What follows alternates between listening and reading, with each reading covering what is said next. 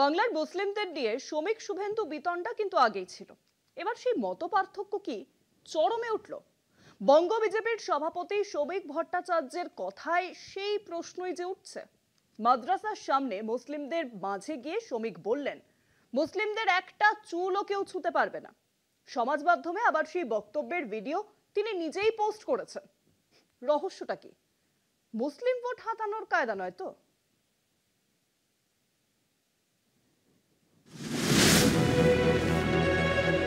বঙ্গ বিজেপির সিংহভাগ নেতাই দীর্ঘদিন ধরে বলে আসছে এই বাংলায় ক্ষমতা দখল করতে মুসলিম ভোট প্রয়োজন নেই।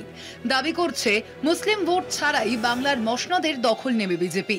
এই আওয়াজ তুলে বাংলার হিন্দু ভোটকে একজোট করার মরিয়া চেষ্টা করেছিল গেরুয়া শিবির। বিজেপির তরফে একই সঙ্গে প্রচার হচ্ছে মুসলিম ভোট দখলে রাখতে তৃণমূল SIR নিয়ে অযথা ভয় দেখাচ্ছে। বঙ্গ বিজেপির নেতাদের একাংশ যখন এই ধরনের প্রচার চালাচ্ছেন, সেই আবহে বিজেপির রাজ্য সভাপতি শ্রমিক ভট্টাচার্য বুঝিয়ে দিলেন তিনি এই সমীকরণে আস্থাই রাখছেন না। ভারতীয় মুসলিমদের আশ্বাস দিলেন তাদের কিছু হবে না, ভয়ের কিছু নেই। সম্প্রতি শ্রমিক ভট্টাচার্য সমাজ মাধ্যমে একটি ছবি পোস্ট করেছেন। সেই ছবির ব্যাকগ্রাউন্ডে তার কণ্ঠস্বরও শোনা যাচ্ছে। সেই ছবিতে দেখা যাচ্ছে একটি মাদ্রাসার সামনে দাঁড়িয়ে বেশ কয়েকজন মুসলিম ধর্মাবলম্বী মানুষের সঙ্গে কথা বলছেন শ্রমিক। আমরা বারবার বলেছি, পশ্চিমবঙ্গে যারা হিন্দু আছেন, যারা হিন্দু উদ্বাস্তু আছেন, আর যারা ভারতীয় মুসলমান আছেন, তাদের কে স্পর্শ করবার ক্ষমতা কারণ নেই, তাদের পাশে বিজেপি আছে। বিরোধী দলনেতা শুভেন্দু অধিকারীর গলায় প্রায়শই শোনা যায় 70-30 সমীকরণের কথা।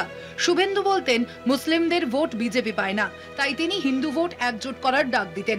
ইঙ্গিত দিতেন মুসলিম ভোট ছাড়াই বিজেপি জিতবে। কিন্তু রাজ্য সভাপতি হিসেবে দায়িত্ব নিয়ে সেই সমীকরণ বদলে দিলেন শ্রমিক ভট্টাচার্য।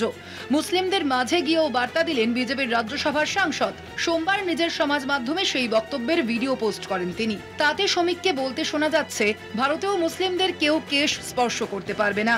শ্রমিকের এই বার্তার পরেই রাজনৈতিক মহলে প্রশ্ন উঠেছে, তাহলে কি বঙ্গে বিজেপির রণকৌশল বদলে গেল? কলকাতা টিভি।